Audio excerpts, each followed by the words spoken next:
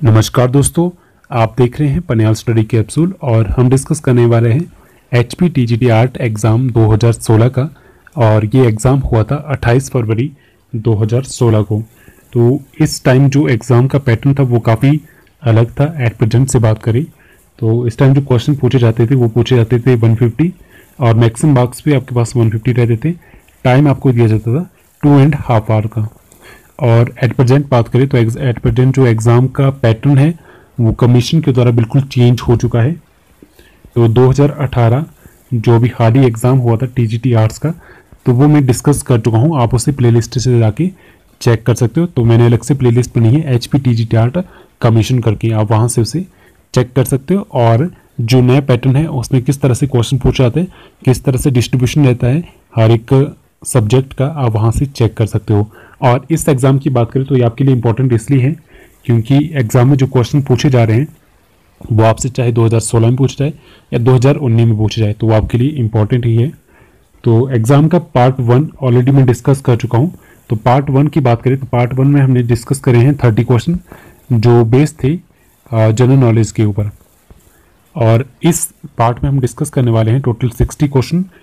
और बात करें TGT आर्ट्स वालों के लिए तो आर्ट्स वालों के लिए ये सब्जेक्ट रिलेटेड क्वेश्चन है सोशल स्टडीज़ के। और बात करें जो बाकी अगर कोई इस वीडियो को देख रहा है चाहे वो किसी भी एग्ज़ाम की तैयारी कराए तो उनके लिए जो क्वेश्चन रहते हैं सोशल स्टडीज़ के, ये आपके लिए बेसिक क्वेश्चन रहते हैं GK के, क्योंकि आपको इस तरह के क्वेश्चन GK में पूछे जाते हैं बोर्ड के द्वारा। तो ये सभी के लिए इंपॉर्टेंट है।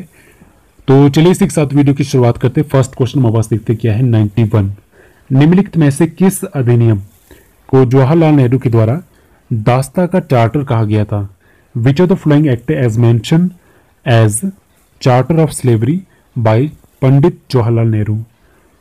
तो वो एक्ट था आपका government of India act 1935। Option B इसका करेक्ट आंसर है। नेक्स्ट क्वेश्चन देखते हैं 92। जैसे कि आप सब लोग जानते हैं नेक्स्ट मंथ एग्जाम होने वाला है आपका TGT आर्ट्स का। तो आई थिंक आपने भी मैक्सिमम तैयारी कर ली होगी। तो आप भी साथ साथ फोकस करते जाइए यहाँ पे जो भी क्वेश्चन पूछे जा रहे हैं और ट्राई कीजिए इनके आंसर देने की। और अपना स्कोर भी लास्ट में जरूर बताइए कमेंट सेक्शन में कमेंट करके। तो नेक्स्ट क्वेश्चन क्या है 92। काजीरंगा नेशनल पार्क, तो ये है पड़ता है आपका असम में। ऑप्शन बी इसका करेक्ट आंसर है। और ये फेमस है एक सिंक वाले गैंडों के लिए। तो कई बार आपसे घुमा फिरा के क्वेश्चन पूछ लेते हैं। नेक्स्ट 93 के भारत में सर्वाधिक चाय उत्पादक राज्य कौन सा है? तो the largest T producing state, तो वो है असम। ऑप्शन बी इसका करेक्ट आंसर है। नेक्स्ट क्वेश्चन देखते हैं। नेक्स्ट 94। वर्ष 1998 में सूडान और अफगानिस्तान में ऑपरेशन इन्फानाइट रीच किस देश ने चलाया था? Which of the following country started operation infinite reach in Sudan and Afghanistan in 1998? तो 94 का जो करेक्ट आंसर है वो ऑप्शन ए, तो ये चलाया गया था अमेरिका के द्वारा। ऑप्शन ए अमेरिका इसका करेक्ट आंसर है। अगर आपको पिक्चर यहाँ पे नहीं दिख रहा, थोड़ा ब्लर है यहाँ पे, तो आप ऑडियो पे फोकस कर सकते हो। नेक्स्ट 95। महात्मा गांधी ने दांडी मार्च कहाँ से शुरू किया था? तो 95 का जो करेक्ट आंसर है वो ऑप्शन बी, तो ये किया था शुरू साबरमती आश्रम से। तो ऑप्शन बी करेक्ट आंसर है इसका। और कमेंट करके बताएं कि ये कब शुरू हुआ था, डेट का कौन सी थी उस टाइम। नेक्स्ट 96। कामरूप किस राज्य का पुराना नाम था? तो 96 का जो करेक्ट आंसर है वो ऑप्शन डी असम। तो असम का पुराना नाम था कामरूप। 97। प्रायद्वीपीय भारत की सबसे लंबी नदी कौन सी है? तो काफ़ी लोगों को नहीं पता होता कि प्रायद्वीप का मतलब क्या होता है, पेनिसुला का मतलब क्या होता है। तो मैं यहाँ पे थोड़ा सा बता देता हूँ। जैसे आपके पास इंडिया का जो साउथ पोर्शन है वो कुछ इस तरह का आपके पास देखने के लिए है। उसमें क्या होता है, आपके इस साइड भी वाटर है, इस साइड भी पानी है और नीचे से भी आपका पानी है। इस साइड से आपके पास अरब की खाड़ी है, इस साइड से आपके पास बंगाल की खाड़ी है और यहाँ आपके पास हिंद महासागर है और बीच में आपके पास लैंड मास है। तो कोई भी ऐसा लैंड मास जो तीनों तरफ से पानी से घिरा हो उसे कहते हैं प्रायद्वीप, पेनिनसुलर। तो वहाँ की जो सबसे लंबी नदी है साउथ की इंडिया की, वो कौन सी है? तो उसका नाम है गोदावरी। ऑप्शन बी इसका करेक्ट आंसर है, जिसे दक्षिण गंगा के नाम से भी जाना जाता है। मोस्ट इंपॉर्टेंट क्वेश्चन है। नेक्स्ट हमारे पास क्या है? 98। विश्व व्यापार संगठन की स्थापना किस वर्ष हुई थी? तो 98 का जो करेक्ट आंसर है वो ऑप्शन ए 1995 में। और इसका जो हेडक्वार्टर है वो है आपका जनेवा, स्विट्जरलैंड में। और कई बार आपसे पूछा जाता है कि जो विश्व व्यापार संगठन था, जिसे हम WTO कहते हैं, तो इसके स्थान पे पहले कौन सी ऑर्गेनाइजेशन थी? तो उसका नाम था GATT, गेट, जिसकी फुल फॉर्म थी आपकी general agreement on tariff and trade, जो बना था 30 अक्टूबर 1947 को और 1 जनवरी 1948 को उसे लागू किया गया था। और बात करें WTO की, तो उसमें जो टोटल मेंबर है, कंट्रीज जो मेंबर है वो है 164। और जो लास्ट इसमें जुड़ा था वो जुड़ा था अफगानिस्तान। तो काफ़ी बार क्वेश्चन पूछा जाता है घुमा फिरा के, तो आपको हर एक चीज़ पता होनी चाहिए हर एक क्वेश्चन के बारे में। नेक्स्ट 99, बनारस हिंदू विश्वविद्यालय की स्थापना किसने की थी? 99 का करेक्ट आंसर ऑप्शन बी, ये की गई थी मदन मोहन मालवीय के द्वारा। Next question number 100। तो क्वेश्चन क्या है? दादा भाई नौरोजी काफ़ी फेमस पर्सनैलिटी है, इनके द्वारा एक पुस्तक लिखी गई थी जिसका नाम था poverty and un British rule in India में मुख्यतः किसकी आलोचना की गई थी? तो इसमें आलोचना की गई थी ब्रिटिश शासन के आर्थिक परिणामों की, economic effect of British rule. तो ऑप्शन ए इसका करेक्ट आंसर है। बात करें दादा भाई नौरोजी की, तो इन्हें great old man of India के नाम से भी जाना जाता है, फादर ऑफ इंडियन पॉलिटिक्स में नहीं कहते हैं। और ये फर्स्ट इंडियन थे जो 1892 में ब्रिटिश पार्लियामेंट में इलेक्ट हुए थे, और इन्होंने नाम दिया था इंडियन नेशनल कांग्रेस का। और इनकी ये बुक है, काफ़ी फेमस बुक है, poverty and un British rule in India. कई बार आपसे राइटर पूछे जाते हैं, तो राइटर यही है, दादा भाई नौरोजी। और इन्होंने एक थ्योरी दी थी जिसका नाम था ड्रेन ऑफ वेल्थ थ्योरी, जो इसी बुक में थी आपकी। तो चलिए नेक्स्ट क्वेश्चन देखते हैं। नेक्स्ट क्वेश्चन क्या है? 101, भारतीय तटरेखा की लंबाई कितनी है? The length of Indian coast line is about. तो 101 का जो करेक्ट आंसर है वो ऑप्शन बी के आपके पास है 7500 किलोमीटर। तो ऑप्शन बी इसका करेक्ट आंसर है। और यहाँ पे अगर एग्जैक्ट बात करें तो एग्जैक्ट आपके पास जो कोस्ट लाइन है, टोटल लेंथ है उसकी 7517 किलोमीटर। तो कई बार आपसे एग्जैक्ट पूछा जाता है। और सबसे ज़्यादा जो कोस्ट लाइन है, सबसे लंबी है, वो है गुजरात की, और सेकंड नंबर पे आपके पास होता है आंध्र प्रदेश। नेक्स्ट 102, संविधान के मौलिक ढांचे के सिद्धांत को किस मामले ने जन्म दिया? Which of the following case give birth to the concept of basic structure of constitution? तो 102 का जो करेक्ट आंसर है वो ऑप्शन ए केशवनंद भारतीय मामला, केशवनंदा भारती केस। और इसी केस के बाद कहा गया था कि जो हमारी प्रस्तावना है, प्रियम्बल है, वो कॉन्स्टिट्यूशन का ही पार्ट है। नेक्स्ट 103, 103 क्या है? किस सिख गुरु ने अमृत शहर की स्थापना की थी? 103 का करेक्ट आंसर ऑप्शन बी, गुरु रामदास जी के द्वारा। तो ऑप्शन बी करेक्ट आंसर है इसका। नेक्स्ट 104, गोवा का प्रथम उपनिवेश किसने बनाया? विच of the flowing made Goa her colony first? तो 104 का जो करेक्ट आंसर है वो ऑप्शन ए पुर्तगाली। ऑप्शन ए इसका करेक्ट आंसर है। बात करें पुर्तगालियों की, तो पुर्तगाली सबसे पहले भारत में आने वाले यूरोपियन थे, आपसे एग्जाम में पूछा जाता है। और ये आए थे 1498 में, और सबसे पहले आया था वास्को डी गामा, जिसने भारत की खोज की थी। और 1509 की बात करें तो 1509 में पुर्तगाल के पहले गवर्नर यहाँ पे आए थे, जिनका नाम था अल्बुकर्क, और उसने 1510 में गोवा में अपना अधिकार कर लिया था। इंपॉर्टेंट क्वेश्चन है, एग्जाम में पूछा जाता है। नेक्स्ट हमारे पास क्वेश्चन के 105, चित्तौड़ में कीर्ति स्तंभ किसने बनवाया था? तो यहाँ पे जो क्वेश्चन है वो गलत है, क्योंकि आपके पास कीर्ति स्तंभ अलग है और जो विजय स्तंभ है वो अलग चीज़ है। तो चलिए थोड़ा सा डिस्कस कर लेते हैं इन दोनों के बारे में, क्योंकि ये इंपॉर्टेंट है। अभी हाल ही मैंने एक एग्जाम डिस्कस करा था जो अभी मार्च मंथ 2019 में ही हुआ था, उसमें एक क्वेश्चन पूछा गया था कीर्ति स्तंभ का। तो पहले डिस्कस करते हैं कीर्ति स्तंभ को। तो कीर्ति स्तंभ की बात करें तो ये बना था 12वीं शताब्दी में और ये बनाया गया था जीजा बागरवाला के द्वारा, जो एक काफ़ी फेमस मर्चेंट थे। और ये डेडिकेटेड है जैन धर्म को, और जैन धर्म के जो पहले तीर्थंकर थे आदिनाथ, उनके लिए ये डिवोटेड है। और बात करें शासक की तो उस टाइम जो शासन था वहाँ पे वो था रावल कुमार सिंह का। तो आपसे जो पूछा जाता है वो यही पूछा जाता है कि कौन से राजा के टाइम में ये बनाया गया था। तो ये बनाया गया था रावल कुमार सिंह के समय में। तो ये बात की हमने कीर्ति स्तंभ की। तो दूसरी बात करते हैं विजय स्तंभ की। और कीर्ति स्तंभ की बात करें तो इसे कहते हैं tower of fame. Tower of fame के नाम से जाना जाता है कीर्ति स्तंभ को। और दूसरी बात करते हैं टावर ऑफ विक्ट्री, जिसे हम कहते हैं विजय स्तंभ। ये बना था 1440 एडी में और ये बनाया गया था महाराणा कुंभा के द्वारा। और क्यों बनाया गया था? ये बनाया गया था महाराणा कुंभा के द्वारा जब उन्होंने मोहम्मद खिलजी पे अपनी विजय हासिल की थी, तो इसलिए इसे बनाया गया था। तो यहाँ जो आपके पास करेक्ट आंसर दिया गया है एज पर ऑफिशियल आंसर की वो है राणा कुंभा, यानी यहाँ पे पूछा गया है विजय स्तंभ टावर ऑफ विक्ट्री के बारे में। नेक्स्ट क्वेश्चन देखते हैं 106। रेड इंडियन किन्हें कहते हैं? तो अमेरिका की मूल निवासियों को कहते हैं रेड इंडियन। तो ऑप्शन ए इसका करेक्ट आंसर है। नेक्स्ट 107। निम्नलिखित में से कौन सी भारतीय विदेश नीति की विशेषता नहीं है?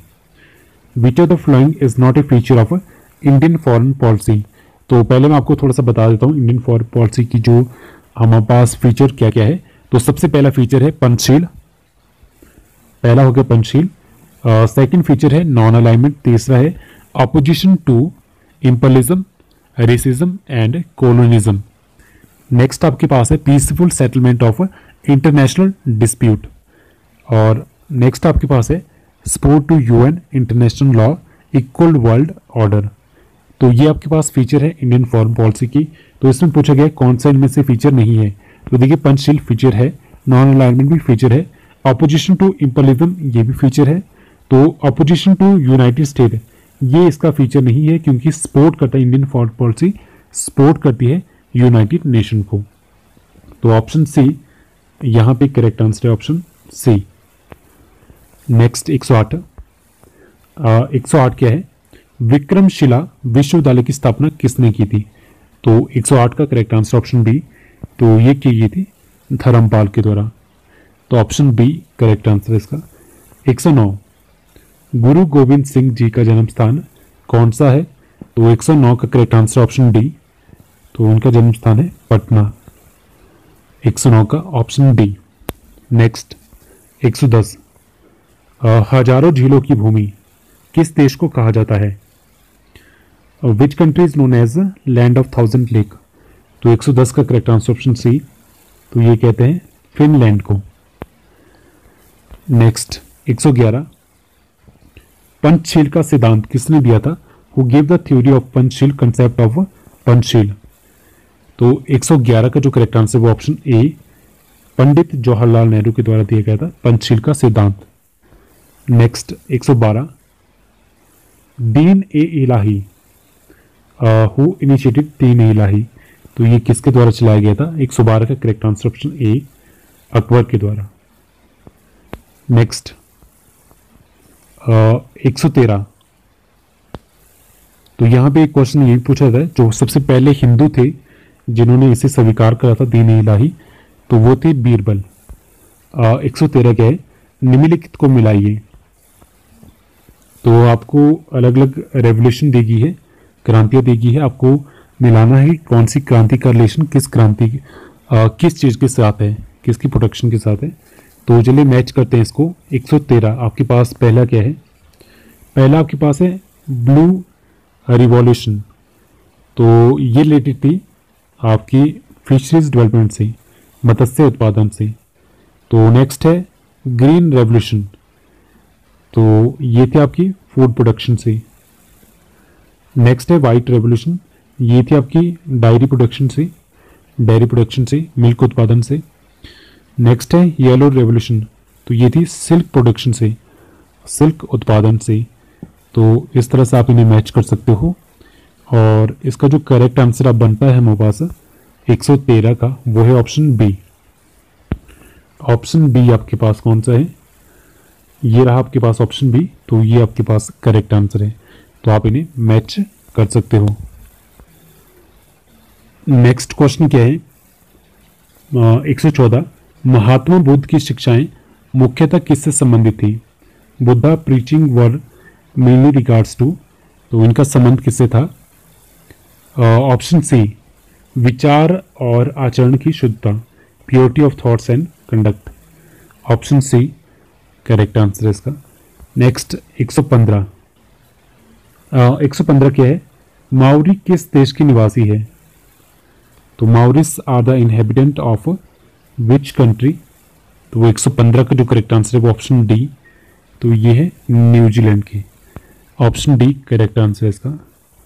116, मुस्लिम लीग की स्थापना किस वर्ष हुई थी? तो 116 का जो करेक्ट आंसर है वो है ऑप्शन ए, 1906 में। तो 1906 में मुस्लिम लीग की स्थापना हुई थी, तो ये हुई थी बांग्लादेश ढाका में, और इसका जो पहला अधिवेशन हुआ था वो हुआ था आपका कराची में। तो नेक्स्ट क्वेश्चन देखते हैं। 117, संविधान सभा की स्थापना किस वर्ष हुई थी? 117 का जो करेक्ट आंसर आपके पास वो है ऑप्शन बी, ये हुई थी 1946 में। और इसकी जो पहली बैठक है, ये कल ही क्वेश्चन पूछा गया था, लाइट में ये क्वेश्चन पूछा गया था कि पहली बैठक कहाँ पे हुई है, कब हुई थी? तो वो हुई थी 9 दिसंबर 1946 को। नेक्स्ट क्वेश्चन देखते हैं। 118 हमारे पास क्या है? भारतीय राजनीतिक दल प्रणाली में किस राजनीतिक दल को छाता संगठन कहा जाता है? Which political party is known as umbrella organisation in Indian political party के सिस्टम? तो 118 का जो करेक्ट आंसर है वो ऑप्शन बी। ऑप्शन बी आपके पास है इंडियन नेशनल कांग्रेस। तो कांग्रेस जो इंडियन पार्टी है, इंडियन पॉलिटिकल पार्टी है, उसे कहते हैं अम्ब्रेला ऑर्गेनाइजेशन, छाता संगठन। नेक्स्ट 119, 119 क्या है? चतुर्थ बौद्ध महासभा का आयोजन कहाँ पे किया गया था? Where was the fourth Buddhist council held? 119 का करेक्ट आंसर ऑप्शन डी, तो ये हुआ था कश्मीर में। ऑप्शन डी करेक्ट आंसर है। और इसी के बारे में थोड़ा सा बात कर लेते हैं। जो बौद्ध सम्मेलन है उसके बारे में काफ़ी क्वेश्चन एग्जाम पूछे जाते हैं, तो चौथे के बारे में पूछा गया था, उसी के बारे में बात करते हैं। तो उस टाइम जो शासक थे वो थे कनिष्क। तो ये हुआ था कनिष्क के टाइम में, जो कि चौथी बुद्ध महासभा हुई थी, और इसके जो अध्यक्ष थे उसका नाम था वसुमित्र। और पहले से बात करते हैं, जो पहली बौद्ध महासभा हुई थी वो हुई थी आपकी, पहले जगह की नाम बात करते हैं तो वो हुई थी आपकी राजगृह, बिहार में। तो आपसे राजगृह पूछा जाएगा एग्जाम में, अगर पूछा गया तो राजगृह बिहार में हुई थी। और उस टाइम जो शासक थे वो थे अजात शत्रु, जो बिलोंग करते थे हर्यक वंश को। तो अजात शत्रु उस टाइम शासक थे। और बात करें इसके जो उस टाइम अध्यक्ष थे इस महासभा के, वो थे आपके महाकश्यप। तो महाकश्यप, ये भी एग्जाम में क्वेश्चन पूछा जा सकता है आपसे। तो नेक्स्ट बात करते हैं, जो दूसरी बौद्ध संगति हुई थी, पहली आपकी हुई थी 483 में, और दूसरी आपकी उसके 100 साल बाद हुई थी, वो हुई थी 383 में। और उस टाइम ये जो जगह हुई थी वो थी वैशाली, बिहार में। और शासक थे उसके काल अशोका, जो शिशुनाग वंश से संबंधित है। और इसके जो अध्यक्ष थे वो थे साबक मीर। तो अगर आपको नहीं पता आप साथ साथ में नोट करते जाइए। और तीसरी बौद्ध संगति की बात करें तो वो हुई थी 251 में, और ये हुई थी पाटलिपुत्र में। और शासक थे उस टाइम अशोक, ये काफ़ी इंपॉर्टेंट है। और इस टाइम जो अध्यक्ष थे उनका नाम था मोगलीपुत्र तिस, तो वो उस टाइम अध्यक्ष थे। और चौथी बौद्ध संगति हुई थी आपकी 72 में, 72 ईस्वी में। और बाकी मैंने बता दिया, ये कश्मीर में हुई थी, शासक थे आपके कनिष्क, और इसके अध्यक्ष थे वसुमित्र। तो चलिए नेक्स्ट क्वेश्चन की बात करते हैं। 120, हम्पी कहाँ की राजधानी थी? तो हम्पी थी आपकी विजयनगर साम्राज्य की राजधानी। ऑप्शन सी इसका करेक्ट आंसर है। अगर आपने मेरी लास्ट वीडियो देखी होगी तो उसमें ये क्वेश्चन पूछा गया था। और जो विजयनगर साम्राज्य है उसकी स्थापना की गई थी हरिहर और बुक्का के द्वारा। 121, चैतन्य महाप्रभु कहाँ के रहने वाले थे? तो 121 का जो करेक्ट आंसर है वो ऑप्शन ए, ये थे बंगाल के रहने वाले। नेक्स्ट 122, हड़प्पा सभ्यता के किस स्थल पर घोड़े के अवशेष मिले हैं? तो घोड़े के अवशेष कहाँ पे मिले हैं? ऑप्शन 122 का करेक्ट आंसर ऑप्शन बी, ये मिले हैं सुरकोतड़ा में। Option B Surkotada correct answer है। और कमेंट सेक्शन में कमेंट करके बताइए कि जो ये अलग अलग प्लेसेस दिए गए हैं हड़प्पा सभ्यता की, जैसे आपके पास कालीबंगन है, लोथल है, रोपड़ है, सुरकोतड़ा है, तो ये कौन कौन सी जगह पे पड़ता है? ठीक है, जैसे आपका लोथल गुजरात में पड़ता है, तो उसी तरह कमेंट करके बताइए कि ये अलग अलग जगहें कहाँ पे पड़ती है। 123, प्राचीन भारत में जैन धर्म का प्रसार किसके काल में हुआ था? इन ancient India Jainism spread during the rule of, तो 123 का correct answer option D, Chandragupta Maurya. Chandragupta Maurya के समय में जैन धर्म का प्रसार हुआ था। 124, पश्चिम बंगाल में शोक की नदी किसे कहते हैं? तो 124 का correct answer option A, Damodar को। दामोदर को पश्चिम बंगाल में शोक की नदी कहा जाता है, रिवर ऑफ सॉरो। और कोसी की बात करें तो इसे बिहार में कहते हैं रिवर ऑफ सॉरो। ये काफ़ी कंफ्यूज करता है और एग्जाम पूछा जाता है। बिहार की जो रिवर ऑफ सॉरो है, शोक की नदी है, वो है कोसी, पश्चिम बंगाल की आपकी दामोदर। और बात करें हिमाचल की, तो हिमाचल की जो शोक की नदी है वो कौन सी है? कमेंट सेक्शन में कमेंट करके बताइए। ये क्वेश्चन कल ही पूछा गया था अलाइड में। नेक्स्ट 125, मिट्टी की कौन सी किस्म भारत के अधिकतर हिस्से में पाई जाती है? Which type of soil is found on the largest part of India? 125 का correct answer option D, alluvial soil, जलोढ़ मिट्टी। 126, शीतकाल में बोई जाने वाली फसलों को क्या कहते हैं? Crop sown during winter season are known as. 126 का जो करेक्ट आंसर है वो ऑप्शन ए, उन्हें कहते हैं रबी क्रॉप। तो ऑप्शन ए इसका करेक्ट आंसर है। तो बात करें रबी की फसल की, ये बोई जाती है आपकी अक्टूबर और नवंबर में और काटी जाती है मार्च और अप्रैल में। जैसे आपकी गेहूं, चना, मटर और सरसों हो गया। खरीफ की फसल की बात करें तो ये जून जुलाई में बोई जाती है, नवंबर दिसंबर में काट ली जाती है। जैसे आपके पास धान, गन्ना, तिलहन, ज्वार, बाजरा, मक्का हो गया। उसी तरह जायद और नकदी की फसलें भी रहती है। जायद की फसलों की बात करें तो ये मई जून में बोई जाती है, जुलाई अगस्त में काटी जाती है। नकदी फसलें वो फसलें होती है जो सिर्फ और सिर्फ बेचने के पर्पज से बोई जाती है, जैसे कपास, गन्ना, तंबाकू, जूट। तो ये चीज़ें हैं जो एग्जाम में काफ़ी बार पूछी जाती हैं, तो इनको अच्छे से रीड कर लीजिए। नेक्स्ट 127, किस सागर को रोमन साम्राज्य का हृदय माना जाता है? Which sea is known as the heart of Roman empire?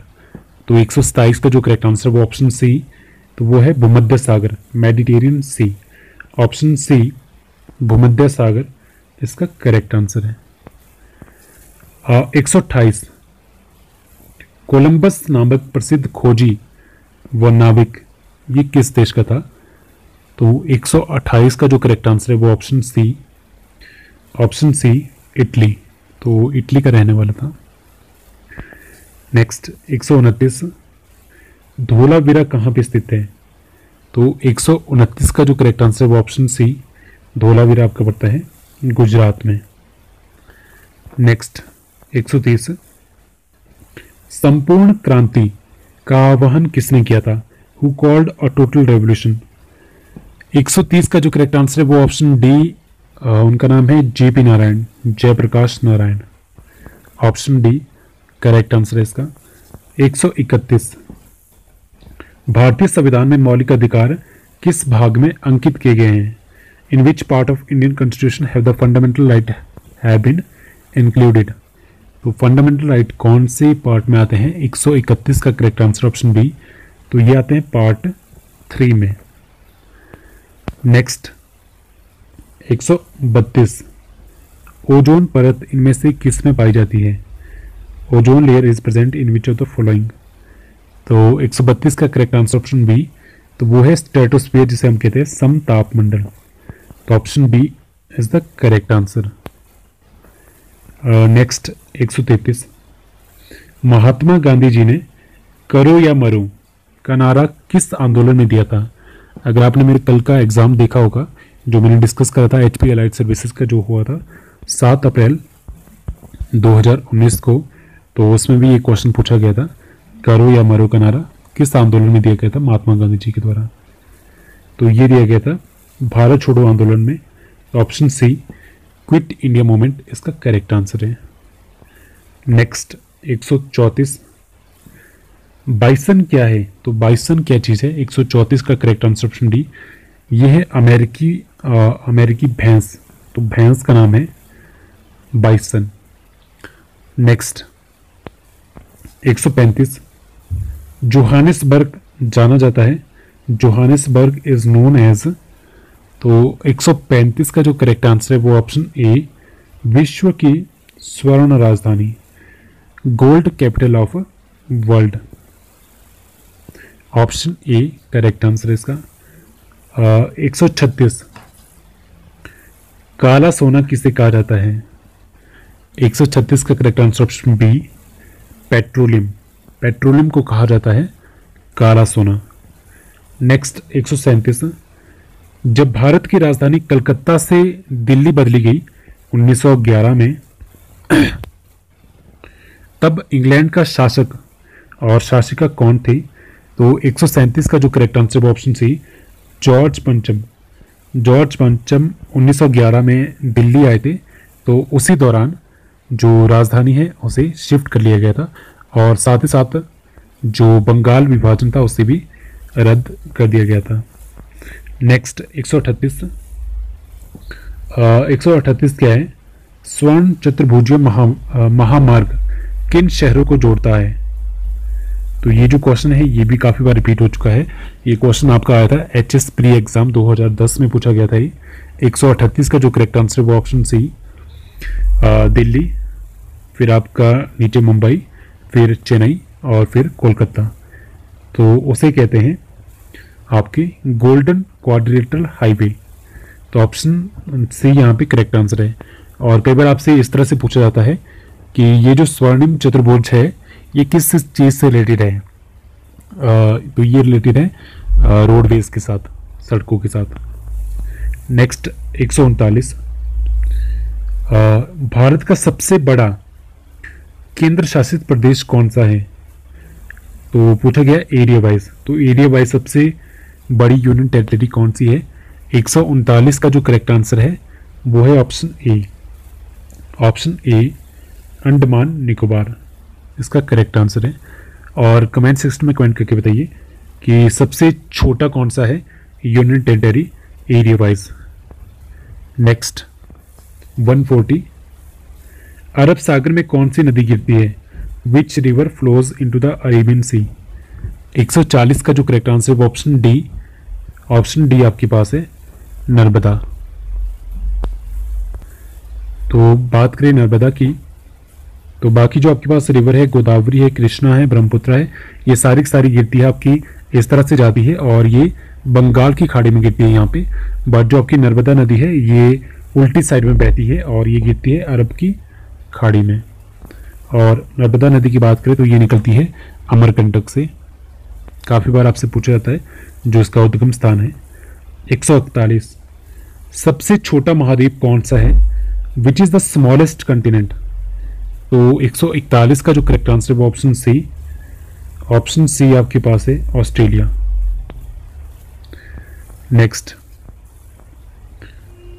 142 Agra का लाल किला किसने बनवाया था? तो लास्ट मैंने एक वीडियो डिस्कस करी थी हाल ही में, जिसमें मैंने दो चीज़ें पूछी थी आपसे, एक है आपका आगरा का लाल किला और एक आपका दिल्ली का लाल किला। तो दोनों जो लाल किले हैं वो अलग अलग है और अलग अलग लोगों के द्वारा बनाए गए हैं, अलग अलग शासकों के द्वारा बनाए गए हैं। तो यहाँ जो करेक्ट आंसर है वो है ऑप्शन बी, शाहजहां। नहीं सॉरी, आई थिंक मैंने गलत बता दिया। आगरा का जो लाल किला है वो बनाया गया था अकबर के द्वारा। तो यहाँ जो करेक्ट आंसर है 142 का वो है ऑप्शन डी, अकबर। और जो दिल्ली का लाल किला है वो बनाया गया था शाहजहां के द्वारा। तो ये काफ़ी बार कन्फ्यूज़न क्रिएट करता है। तो शाहजहां ने बनाया था दिल्ली का लाल किला और आगरा के द्वारा बनाया गया, आगरा का जो लाल किला है वो बनाया गया था अकबर के द्वारा। तो इसमें कन्फ्यूज़न क्रिएट ना करें। नेक्स्ट 143 पृथ्वी का सबसे गहरा भाग कौन सा है? Which is the deepest place of earth? तो 143 का जो करेक्ट आंसर है ऑप्शन ए वो है आपकी मारियाना ट्रेंच। तो ऑप्शन ए इसका करेक्ट आंसर है और ये पड़ती है पैसिफिक ओशियन में, प्रशांत महासागर में। नेक्स्ट 144, अटलांटिक महासागर किस अक्षर के आकार का है? तो ये आपसे काफ़ी बार पूछा जाता है। तो अटलांटिक महासागर कुछ इस तरह का है, एस आकार का। तो ऑप्शन सी करेक्ट आंसर है इसका। नेक्स्ट 145, कौन सा उद्योग सनराइज उद्योग के नाम से जाना जाता है? तो ये क्वेश्चन भी मैक्सिमम टाइम एग्जाम पूछा गया है। Which industry is known as sunrise industry? 145 का करेक्ट आंसर ऑप्शन बी। तो ये कहते हैं सूचना प्रौद्योगिकी इंडस्ट्री को, इंफॉर्मेशन टेक्नोलॉजी इंडस्ट्री को कहते हैं सनराइज उद्योग के नाम से जाना जाता है इसे। 146, बुद्ध चरित्र के रचनाकार कौन थे? Who was the author of Buddha चरित्र? 146 का करेक्ट आंसर ऑप्शन बी अश्वघोष। तो अगर आपने मेरी लास्ट वीडियो देखी होगी तो उसमें ये क्वेश्चन काफ़ी बार रिपीट हो चुके हैं। नेक्स्ट 147, कुचिपुड़ी ये प्रसिद्ध नृत्य कहाँ का है? तो 147 का करेक्ट आंसर ऑप्शन सी। तो ये है आंध्र प्रदेश का। नेक्स्ट 148, 148 क्या है? गुरु नानक देव जी के उत्तराधिकारी कौन थे? तो 148 का करेक्ट आंसर ऑप्शन सी। तो वो थे गुरु अंगद देव। नेक्स्ट क्वेश्चन देखते हैं 149। 149 क्या है? मार्टिन लूथर ने किस भाषा में बाइबल का अनुवाद किया गया था? In which language did Martin Luther translate the Bible? 149 का correct answer option B German.